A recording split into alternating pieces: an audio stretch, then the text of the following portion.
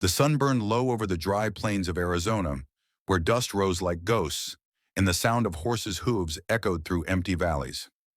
In those wild days when law was still finding its feet, two names struck fear and fire in every saloon tale: Marshal Wyatt Cross and the outlaw RoseMcKenna. Wyatt was a man of iron principles, a U.S. Marshal sworn to keep peace in a land that had forgotten what peace meant. He believed in order, in justice, and in the rope that hung the guilty. Rose, on the other hand, was a flame that refused to be tamed. Leader of the Red Dust Gang, she was known for robbing trains and freeing captured settlers from corrupt landowners. To some, she was a criminal.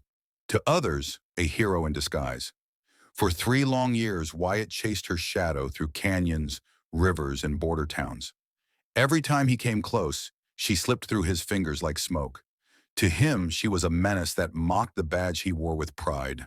To her, he was the face of the system that had stolen her father's land and driven her family into the dust. Their hatred was legendary until one storm changed everything. It was the summer of 1874 when the Red Dust Gang struck a government payroll train. The job went south fast. Gunfire, chaos, betrayal.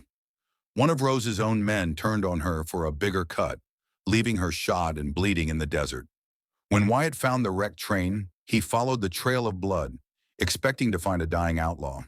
Instead, he found her, half conscious with a bullet in her shoulder, clutching a revolver that she could barely lift. For a long moment, they just stared at each other. Enemies, inches apart, both too tired to fight. He could have cuffed her then.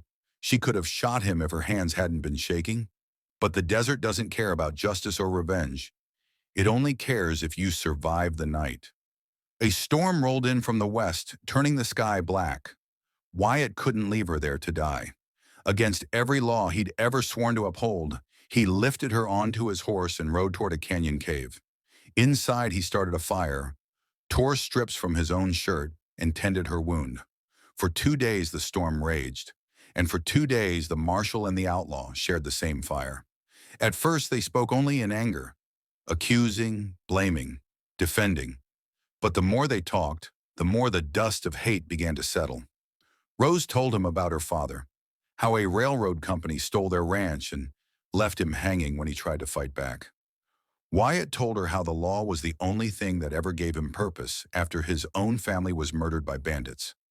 When the storm cleared, something else had changed too. Something neither of them could name. As dawn broke, Wyatt looked at her across the dying firelight and saw not an outlaw, but a woman who had been fighting a war she never started. And Rose, seeing the man behind the badge, realized he wasn't her enemy, just another soul trapped by the same broken world. They rode out of the canyon together. Wyatt was supposed to take her in, but his hands wouldn't obey his duty. Instead, they headed south, avoiding every lawman and bounty hunter. Word spread across the frontier. The marshal had gone rogue for an outlaw woman. Weeks passed as they traveled through old ghost towns and open ranges. They learned to trust each other, then to laugh, and finally to love. Nights by the campfire turned into whispered confessions, and days under the blazing sun became a silent vow to protect each other at all costs. But love in the Wild West never came without a price. The law eventually caught up.